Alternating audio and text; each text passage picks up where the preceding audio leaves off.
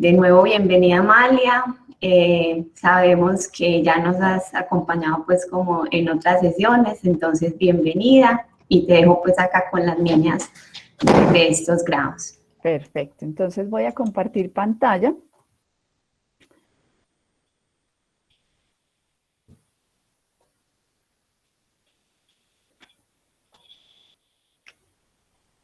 ¿Ya están viendo mi pantalla?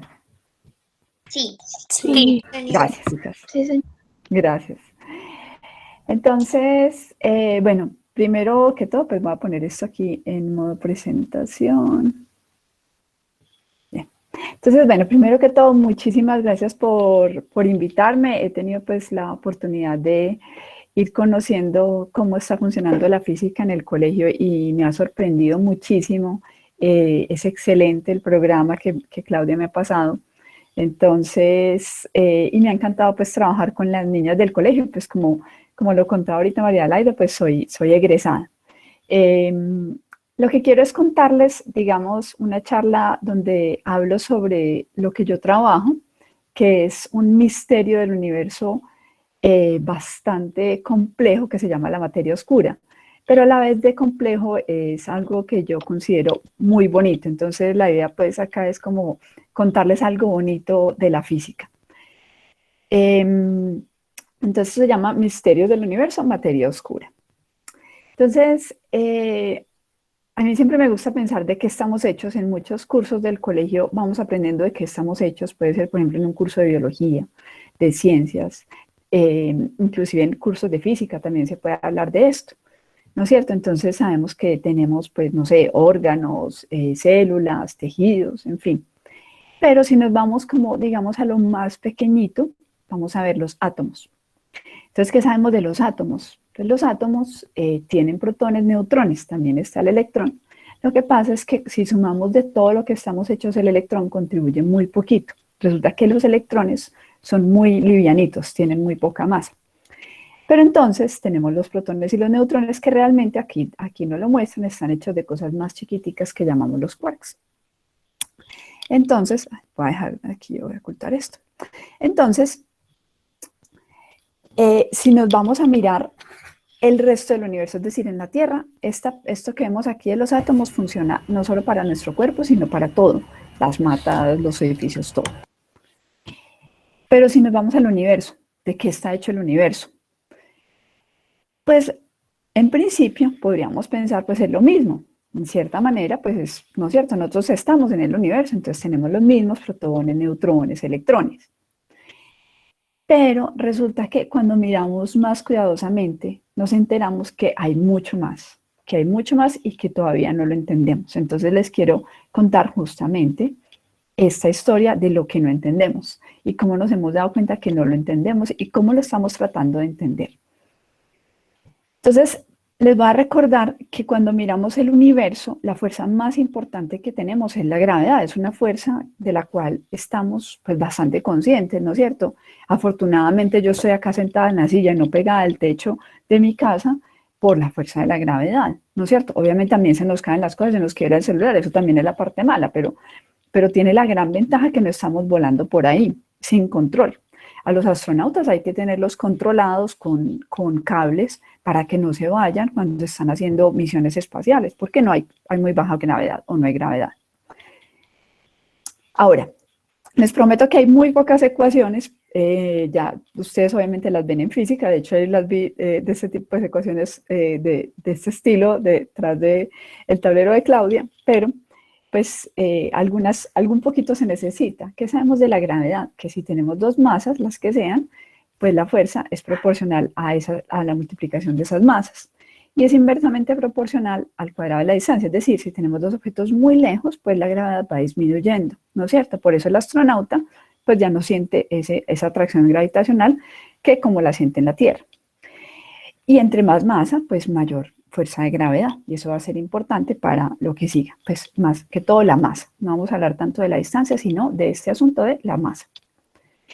Entonces, para contarles cómo empezamos a entender que no entendíamos realmente mucho del universo, que había mucho más que entender que el átomo, pues nos vamos a devolver a 1930. O sea, esto es bastante atrás, ¿no es cierto? ya dentro de unos pocos años serán 100 años de esto. Este señor era una persona, un astrónomo absolutamente brillante, un astrónomo inicialmente suizo, pero después se radicó en Estados Unidos. Y entonces el señor dice lo siguiente: resulta que las galaxias, como la nuestra, como la Vía Láctea, que es donde estamos, se agrupan entre algo que llamamos cúmulos de galaxias. Es decir, ellas se hacen, forman un grupito, unos grupos. Hay muchos cúmulos de galaxias, entre ellos hay uno muy, muy grande que se llama el cúmulo Coma, que es este que está aquí en esta foto. Ahí no se ve como que ellas de pronto formaran un grupo, pero son un grupo de galaxias. Entonces este señor decide, ve, yo quiero saber cuánto es la masa de este cúmulo Coma. Simplemente quiere intentar saberlo. ¿Y cómo decide saberlo? Pues algo de esto vi un poco de ese estilo en el tablero de la profesora Claudia. Y es la siguiente manera: las galaxias giran, digamos, en ese cúmulo, entonces hacen algo que llamamos un movimiento tipo circular, más o menos. Y la fuerza, como les decía, la fuerza importante es la de la gravedad. Entonces acá lo que tenemos es nuestra fuerza de la gravedad nos hace hacer un movimiento tipo circular. Y eso, entonces, ¿a qué nos lleva? A que si conocemos la velocidad con la que van esos objetos, podemos saber la masa 2. O sea, la masa de lo que está trayendo a esos objetos. En otras palabras, si yo miro cómo se mueve una galaxia, qué velocidad tiene esa galaxia, puedo saber cuánta masa la está trayendo. En otras palabras, cuánto es la masa del cúmulo, porque todo el cúmulo está haciendo fuerza a esa galaxia, por ejemplo. Entonces el señor dice, bueno, yo hago esto, hago la medida y encuentro que el cúmulo tiene una cierta masa. Bien. Pero él, por otra manera, algo que se llama un teorema y pues una teorema del virial, pero no me voy a meter con eso, dice, voy a medirlo de otra manera. Eso es muy común en la física, que queremos medir las cosas por varias maneras para revisar nuestras medidas o revisar nuestra forma de medir. Y él encuentra que hay una discrepancia, es decir, que hay una diferencia entre esa masa que encuentra de esta manera y la masa que encuentra con ese otro teorema de 160 veces, ¿no es cierto? Es como si tú llegas y mides con una balanza en tu casa algo y te pesa, de masa tienes 1 kilogramo, pero vas al supermercado y allá te pesa 160 kilogramos. Claramente hay un problema. Obviamente podrías decir, no, es que la balanza está mal, alguna de las dos balanzas está mala, ¿no es cierto? Entonces, esto es lo que encuentra el señor. Dice, hay algo que no funciona. Entonces, lo que él dice es, ¿sabes qué? Es que realmente hay más masa en este cúmulo.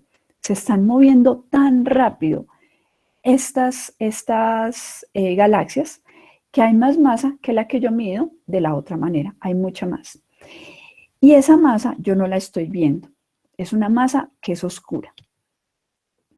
Eso fue en 1930. Las mujeres en la ciencia, lastimosamente, muchas veces no nos reconocen, no nos ven los estudiantes, tanto de colegio como de universidad, que ahí están aportando, pero efectivamente, claro que hay aportes importantes de las mujeres en la ciencia.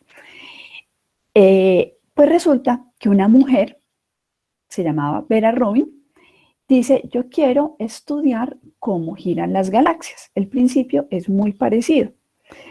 Cómo giran las estrellas dentro de la galaxia. Ya no las galaxias en un cúmulo, sino las estrellas dentro de la galaxia. Entonces, ella dice, yo también voy a mirar con la velocidad como ellas giran, cuánta masa hay en esta galaxia.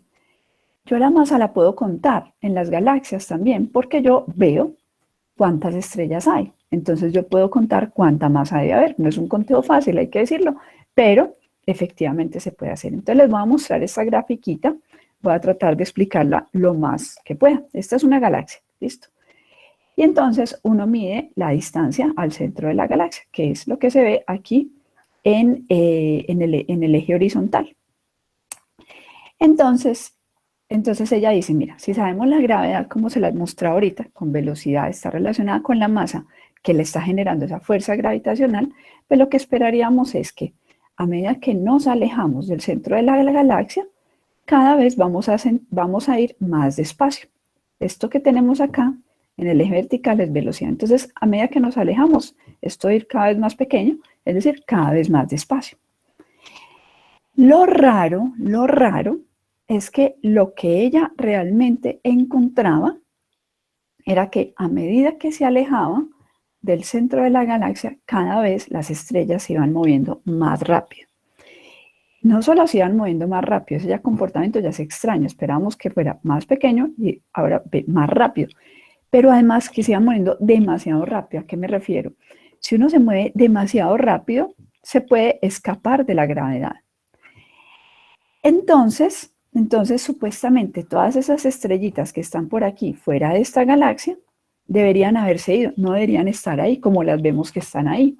Entonces ella dice, esto está muy raro. Entonces dice, no, voy a mirarlo, no solamente en esta galaxia, sino que lo hace en más de 60 galaxias.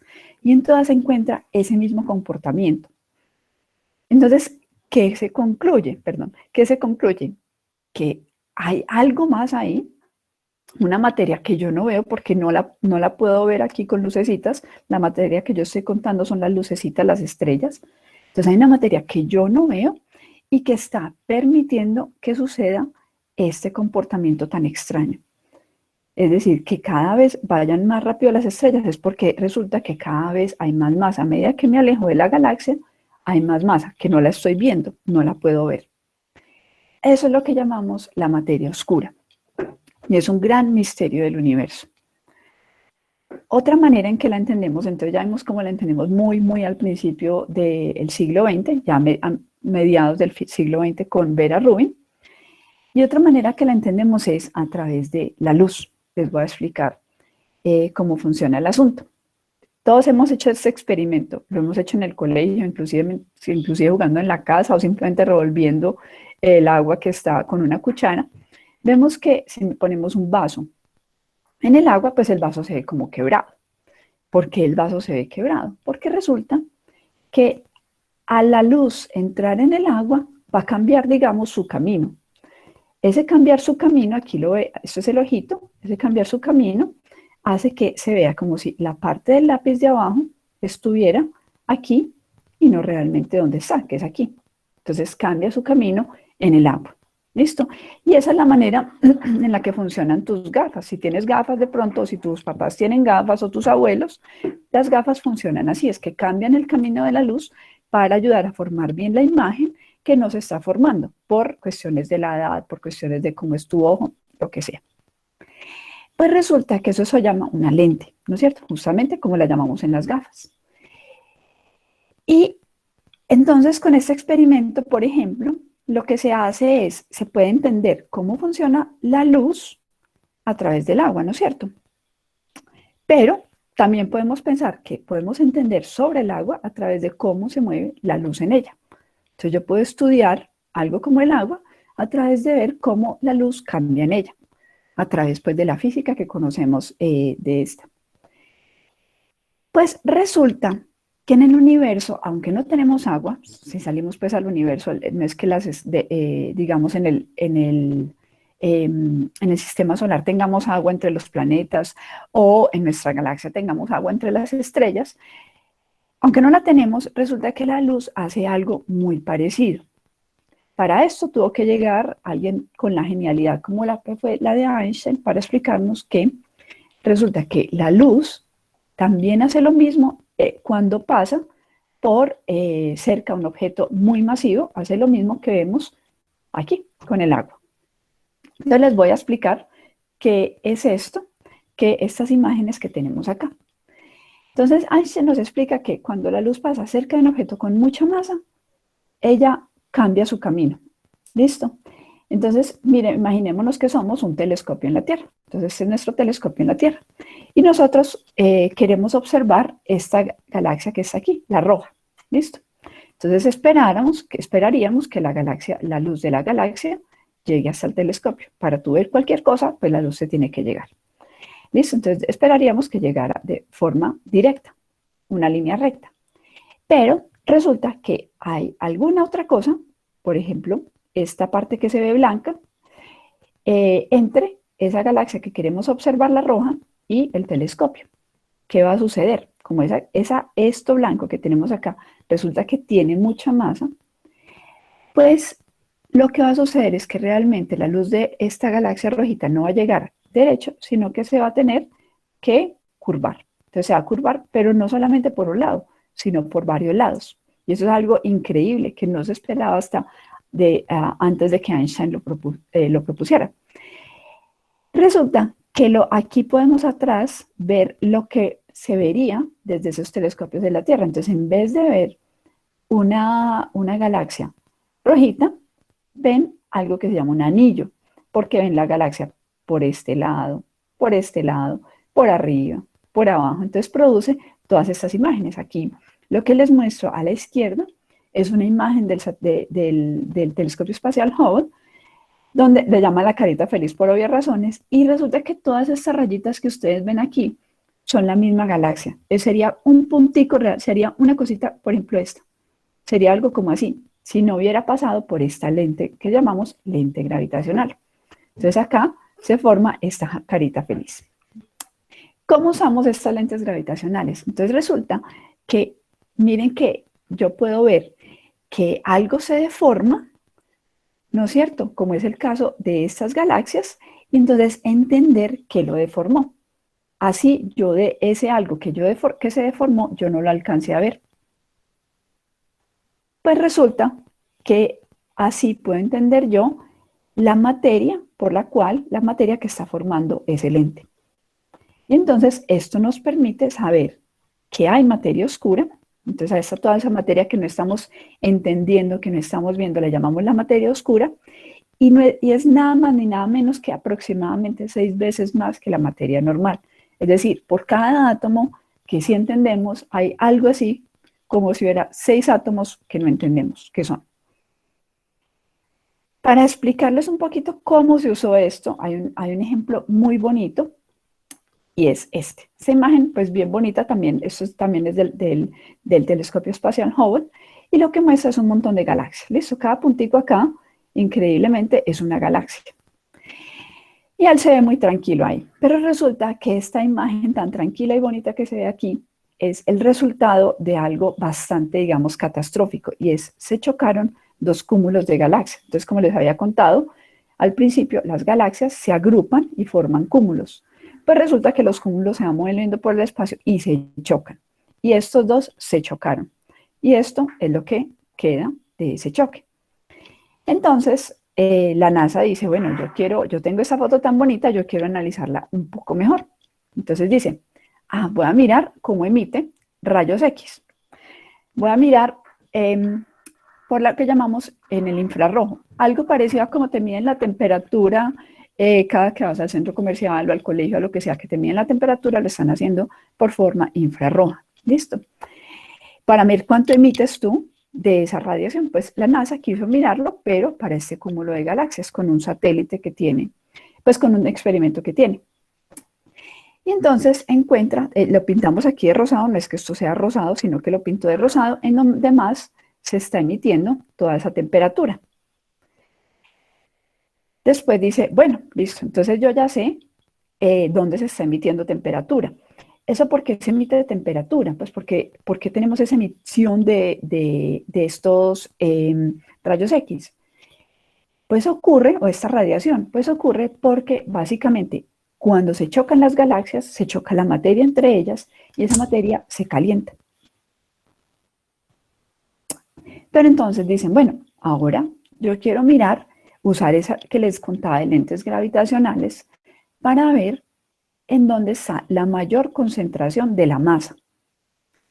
Entonces dicen, bueno, vamos a usar lentes gravitacionales y lo pinto de azul, donde encuentro la mayor concentración de la masa. Uy, aquí está en azul pintado la mayor concentración de la masa. Entonces quiero que noten que está la parte rosada, que es donde se calentó mucho, pero la parte azul, que es donde hay la mayor concentración de la masa. Esa masa no se calentó, esa parte azul resulta que no se calentó. Eso significa que funciona de una forma diferente a la materia normal. Esa es, otra vez, la materia oscura. Y noten que además es como que se separó. Entonces, miren que la parte rosada está todas juntas y la parte azul están separada. Entonces, esa materia se tuvo que separar. Bueno, entonces, aquí tengo a mi hijo al lado. Les voy a contar otra manera en que encontramos la materia oscura. Miren que, por cierto, empezamos con cúmulos de galaxias, después pasamos a galaxias. Ahora lo miramos con varios cúmulos de galaxias chocándose. Pero, ¿qué se pasa si miramos el universo como un todo? Entonces, les voy a contar de algo un poco extraño que se llama la radiación cósmica de fondo. Resulta que cuando el universo era muy, muy joven, o sea, había llevado muy poquito tiempo existiendo, era supremamente caliente. El universo de hoy en día es muy frío. Si salieras al espacio exterior, te podrías congelar, te congelarías inmediatamente porque es muy, muy frío. Esa es parte, digamos, que lo que tienen que hacer con los astronautas, es cómo mantenerlos calientes y también con lo que sea que manden al espacio, que no se dañe por las temperaturas tan bajas. Pero al principio del universo era muy caliente. Entonces, ¿qué le sucedía a ese universo tan caliente? Pues nosotros sabemos que los átomos, como lo hablaba ahorita, tienen el núcleo, protones y neutrones, y está los electrones alrededor. Resulta que eso forma algo que en general es neutro. Es decir, que la carga que tienen los protones se contrarresta con la carga que tienen los electrones. Y entonces formamos algo neutro. Pero en el universo muy caliente podemos pensar que estos azulitos eran los electrones y estos rojos eran los protones, por ejemplo, pues resulta que no son capaces de formarse los átomos, no se logra formar. Y entonces se separan.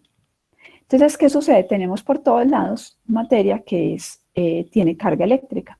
Tiene carga eléctrica positiva de protones o negativa de los electrones.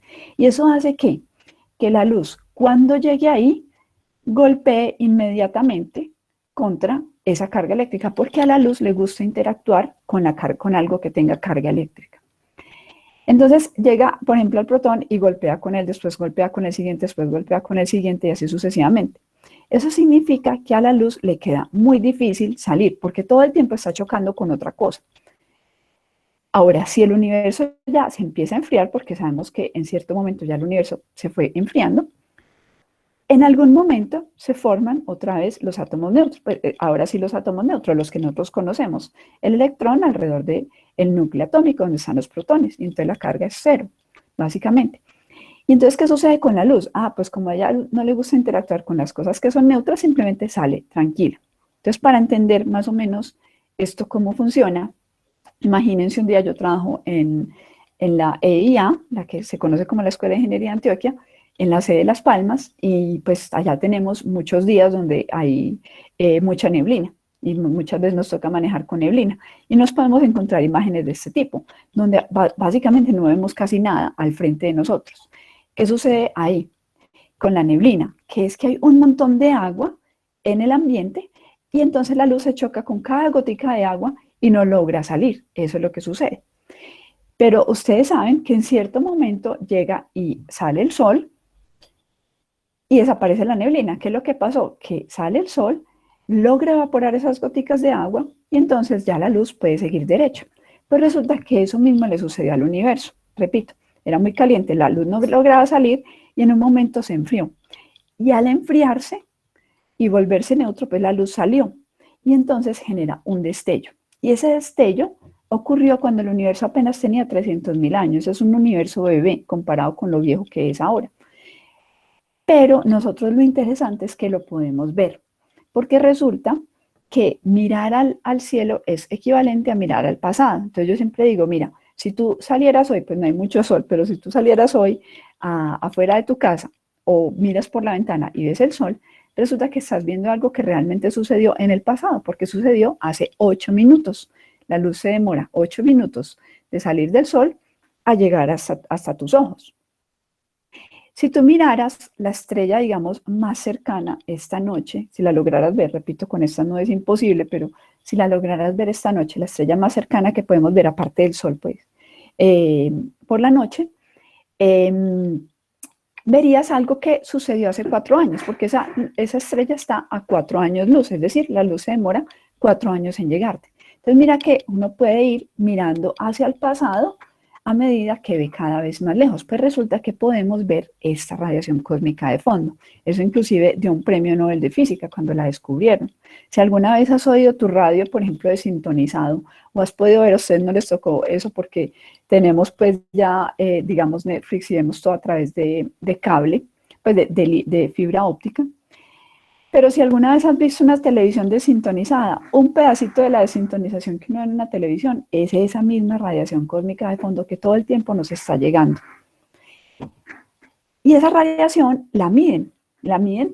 Hay experimentos especializados en medirla. Por ejemplo, este es de los europeos, se llama el satélite Planck, está por fuera de la Tierra para evitar, digamos, muchas cosas que llamamos ruido, cosas que le molestan, digamos, al satélite.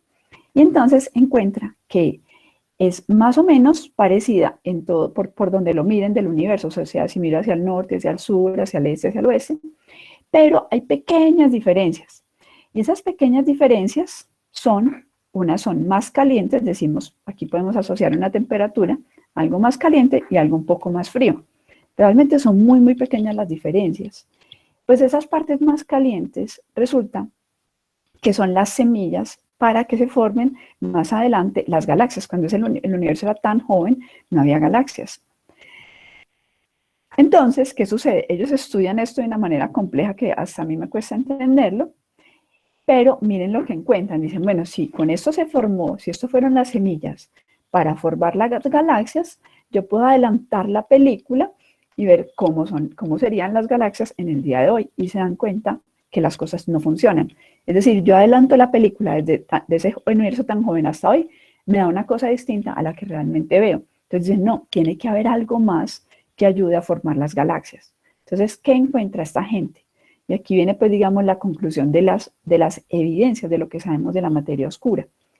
Y es, la materia ordinaria, que es esta parte amarilla, no sé no muy bien, esta es una gráfica tipo pie, lo que me dice es todo el pie es 100%, entonces veo esos pedacitos, es como decir, esa es toda la pizza, y entonces mi pizza está hecha de qué tipo de pizza en cada pedazo. Entonces este pedacito, que es nada más casi que el 5% es la materia ordinaria, es decir, la materia que estudias en biología, si ves algo de química, de física, es este 5%, en ciencias en general. El otro porcentaje que queda, pues el casi 27% es esa materia oscura de la que les vengo hablando, esas cosas que no nos funcionan cuando miramos al universo y no entendemos qué es. Es una materia muy distinta porque no puede interactuar con la luz, no puede emitir, no puede absorber luz. Y hay otra cosa, otro que es todavía más complejo, yo no voy a hablar de este, si alguien quiere preguntar, lo puede hacer al final, pero que es el 68%, que es la energía oscura. Tienen el mismo apellido, pero no son de la misma familia, son oscuras de forma distinta. Oscura significa no las entendemos, por eso le pusieron el nombre oscuro. Entonces miren que tenemos grandes cosas por entender. Ahora, ¿cómo tratamos? ¿Qué hemos podido entender de la materia oscura? Pues no es lo que conocemos, los protones, neutrones y electrones funcionan de una forma distinta. Tiene que ser neutra. No tiene carga eléctrica, es decir, que no va a emitir y no va a absorber la luz. Entonces, es más bien transparente. O sea, si ustedes ven, por ejemplo, un vaso que vemos que es transparente, ese vaso poco está emitiendo y poco está absorbiendo de luz. Mientras que, por ejemplo, si miras un pocillo que no es nada transparente, pues, por ejemplo, el que yo tenía ahorita era blanco, pues ese sí está absorbiendo mucho la luz. La materia oscura interactúa muy poco con la materia que conocemos. Es estable, es que no está cambiando, digamos, a través del tiempo. Y es más o menos 5 veces la materia normal, o sea, es bastante, ¿no es cierto? Como les decía ahora, más o menos por cada átomo que entendemos, hay otros 5 o 6 átomos que no entendemos. Tipo átomos, no son realmente el átomo, pero digamos de ese estilo. ¿Y qué creemos que es? En principal, esta conclusión en anaranjado es que creemos que es una nueva partícula o varias nuevas partículas que no hemos descubierto. Entender el átomo nos costó bastante tiempo. Resulta que puede ser que nos falte todavía mucho por entender en cuanto a las partículas. Ahora, como es una partícula, como creemos que puede ser una partícula, funciona bastante bien para todo eso que les mostré, pues en este momento, chicas, las debe estar atravesando materia oscura. por lo que entendemos. Como ella no interactúa casi, ella no ve la materia, no le gusta chocarse con la materia, pues ella atraviesa todo. Entonces, en este momento te puede estar atravesando tranquilamente materia oscura. Inclusive si tú, por ejemplo, estás en un edificio de 20 pisos y estás en el 10º piso, o sea que la materia oscura tiene que pasar 10 pisos para abajo para llegar a atravesarte, pues también te atraviesa.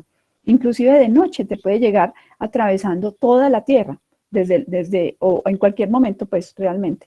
Te puede atravesar toda la Tierra para llegar a atravesarte a ti. Entonces es una materia bastante extraña, algo que nos atraviesa.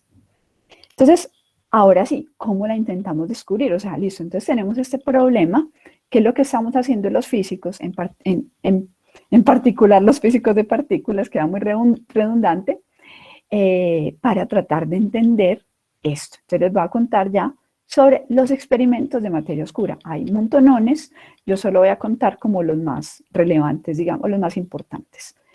Entonces hay unos experimentos que dicen, mira, justamente como la materia oscura, si es partícula, te está atravesando, pues yo puedo intentar que atraviese algo y genere un pequeño choque. Entonces a la materia oscura le gusta atravesarte, pero de vez en cuando, por cuestiones, digamos, de probabilidad, puede ocurrir que se choque con algo. Entonces no atraviesa del todo, sino que choque con algo. Yo a la materia oscura no la puedo ver porque justamente no interactúa con la luz, pero ese algo a lo que le chocó, sí lo puedo ver. Entonces yo siempre lo explico como, por ejemplo, imagínense que yo pusiera en la mesa de afuera de mi casa un vaso de plástico, ¿no es cierto? Y estoy yo dentro de mi casa viendo esa mesa hacia afuera y veo que el vaso de plástico se cae. Pues yo sé que pasó un viento, aunque yo el viento no lo vi, yo lo que vi fue el choque. Entonces, esto es más o menos lo mismo que intenta hacer esta gente. Este experimento, por ejemplo, se llama el experimento LUX. Ese experimento está en Estados Unidos, en un laboratorio que se llama Sanford, en Dakota del Sur, y está a 1 milla, o sea, más o menos 1,3 kilómetros por debajo de tierra. O sea, es un experimento muy profundo para que solo llegue la materia oscura y no lleguen otras cosas. Hasta ahora no lo han encontrado, es muy difícil, sabemos que es muy difícil de detectar, pero siguen buscando. Hay otra idea y es la siguiente. Resulta que Einstein nos cuenta esa ecuación que es la más famosa probablemente que existe, que es E igual a mc cuadrado, nos dice básicamente lo siguiente: la energía y la masa son dos caras de la misma moneda. Esa es una de las interpretaciones más importantes de esa ecuación. Entonces, hay un experimento que es gigante, es el experimento más grande del mundo, que es tan grande que está de hecho entre Francia y Suiza. Entonces acá podemos ver en amarillo la frontera de Francia con Suiza, y en este anillo que se ve aquí es una de las partes del experimento. Ese experimento se llama el Gran Colisionador de Hadrones. El Gran Colisionador de Hadrones es tan grande que este anillo mide 27 kilómetros. Entonces yo siempre se lo explico a los estudiantes como, mira, 27 kilómetros serían más o menos si yo bajo de Palmas, de donde trabajo, en el Alto de las Palmas, bajo a la enseñanza, me devuelvo, ahí más o menos recorrí 27 kilómetros, tal vez un poquito menos. Entonces imagínense todo lo que cuesta el recorrido de este experimento. ¿Y qué hace ese experimento realmente? En estos anillos, ellos cogen protones y los aceleran, unos, digamos, hacia la izquierda y otros hacia la derecha. Eventualmente, esos protones se chocan en puntos donde hay detectores. Entonces, están estos diferentes detectores, CMS, ALICE, ATLAS, LHCb, son 4 detectores.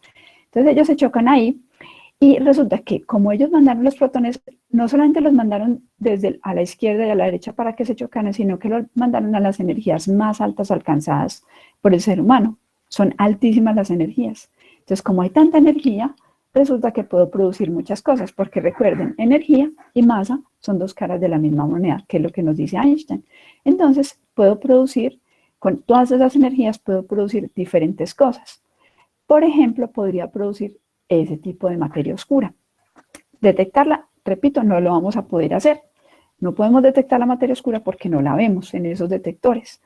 Pero lo que podemos darnos cuenta es que, por ejemplo, falta la energía. Entonces, como sabemos que la energía se conserva, ustedes han oído la ley de la conservación de la energía, como sabemos que conserva, nos damos cuenta, y nos falta un pedacito de energía. Ah, pues ahí puede haber sido la materia oscura.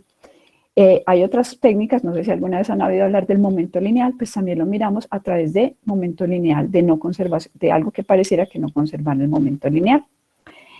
Hasta ahora, repito, no la han encontrado, pero siguen buscando porque sabemos que es algo difícil de encontrar. Y ahora les voy a hablar de un experimento en el que yo trabajo. Ese experimento es el último que voy a mencionar, ya como para ir terminando, y es un experimento que es muy grande, será el experimento, no es el más grande del mundo como el anterior que acabo de mencionar, sino que ese será el más grande de Estados Unidos y es bastante grande. El experimento empieza en un laboratorio que se llama Fermilab, que queda cerca de Chicago, en Illinois, y termina en Dakota del Sur, en ese mismo lugar que les había mostrado ahorita del experimento de detección directa de materia oscura.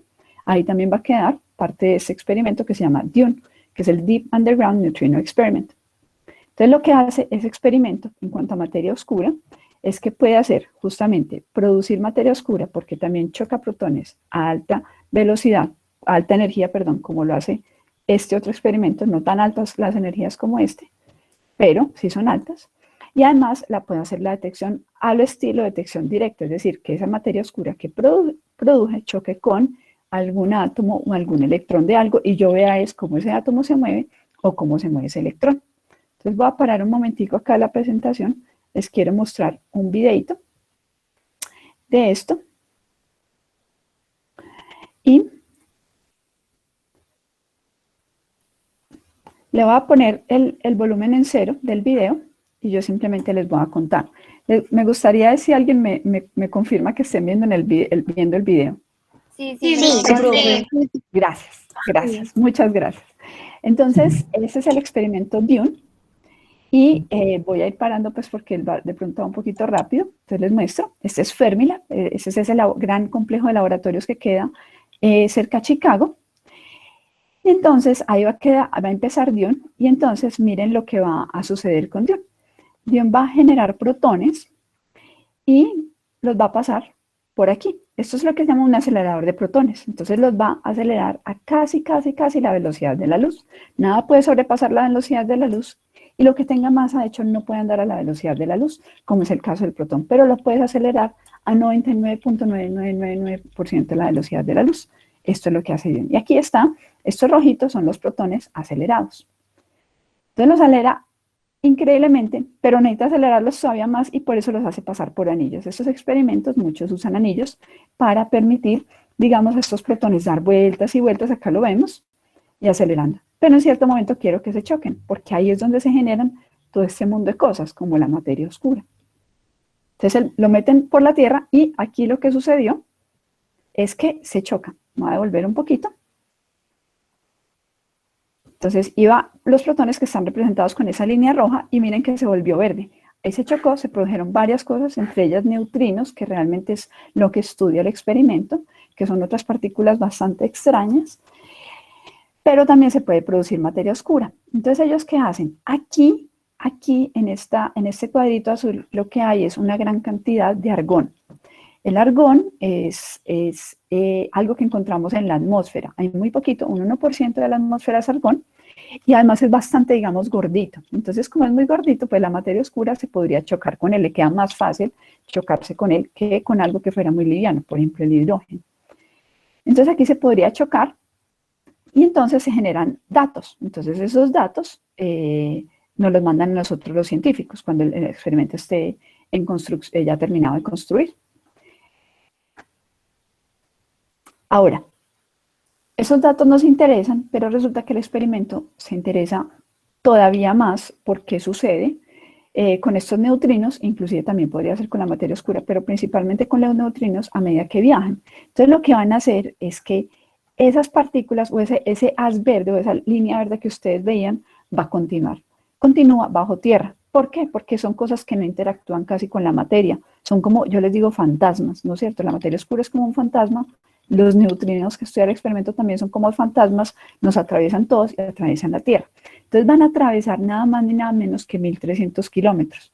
Para entender eso es como si yo pusiera una parte de mi experimento en La Guajira y pusiera la otra parte del experimento en el Amazonas. Y ahí más o menos tendríamos 1.300 kilómetros. Así de grande es la distancia que tienen que recorrer estos señores. Ahí va a llegar a ese laboratorio que queda en Dakota del Sur Y entonces ahí van a estudiar los neutrinos, también materia oscura. No sé si alguna vez han oído hablar de las supernovas. Las supernovas son estrellas, las estrellas mueren, las estrellas terminan su vida, el Sol algún día se va a morir, pero hay unas que tienen ciertas características que lo hacen, digamos, espectacularmente. Explotan, generan una explosión bastante fuerte, y entonces es de gran interés. Las explosiones tienen muchísima información, son de gran interés para los científicos. Entonces acá, por ejemplo, hicieron una simulación de una supernova. Entonces, como si explotara, ella llegaría al experimento. Entonces, ahí lo podrían analizar. ¿Qué es lo que hay ahí en ese experimento? Resulta que lo que hay es piscinas enteras gigantes. Acá vemos un pedacito de una piscina. Miren cómo es una persona. Piscinas enteras de argón líquido. Aquí solo muestran 2 piscinas, realmente están pensadas en 3 o 4, donde esas partículas que no interactúan casi, pueden golpear con el argón y generar un nuevo trayecto, o una nueva, algo distinto, que es lo que yo veo. Aquí espérense, me voy a devolver un poquito para mostrarles.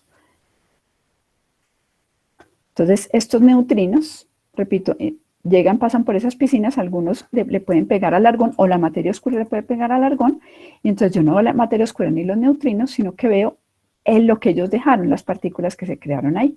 Esas partículas se vuelven datos y nos las van a mandar a los científicos que estamos en diferentes partes del mundo. En este experimento trabajan más de 30 países, son más de 1000, son como 200, aquí vemos, por cierto, los patrocinadores, me devuelvo un poquito, son como más de 200 universidades del mundo, más de 1500 científicos trabajamos en esto. Entonces aquí está Fermilab, esto es pagado por el Departamento de Energía de Estados Unidos, está el CERN, donde está ese gran experimento que les mostré, él también participa en ese experimento de Estados Unidos, y está donde queda, la parte que queda en Dakota del Sur. De hecho, CERN es tan importante ahí, que CERN es el complejo de laboratorios más grande del mundo, y es tan importante que, de hecho, el prototipo, cuando tú vas a construir algo de esto, como cuando haces un edificio, pues tú ves cuando la gente hace edificios, primero hace una maquetica, ¿no es cierto? De pronto, inclusive en el colegio a veces uno hace algo del estilo tipo maqueta. Pues resulta que cuando haces un experimento tan grande como estos, también haces una maqueta. Entonces, la maquetica es como, está en el CERN, no la pudieron inclusive hacer en Estados Unidos, sino que la hicieron en Suiza, y es el tamaño de una casa de 2 pisos. O sea, eso da como una idea de qué tan grande es este experimento. Es una cosa gigante. Y entonces, bueno, ya con eso, vemos acá, les voy a poner esto otra vez en presentación. Y entonces con eso entendemos este experimento, y con eso quiero terminar para decirles, pues tenemos mucho que aprender. Aquí vemos cómo estamos tratando de aprender de esta materia tan extraña, que es la materia oscura, y bueno, muchas gracias por la atención.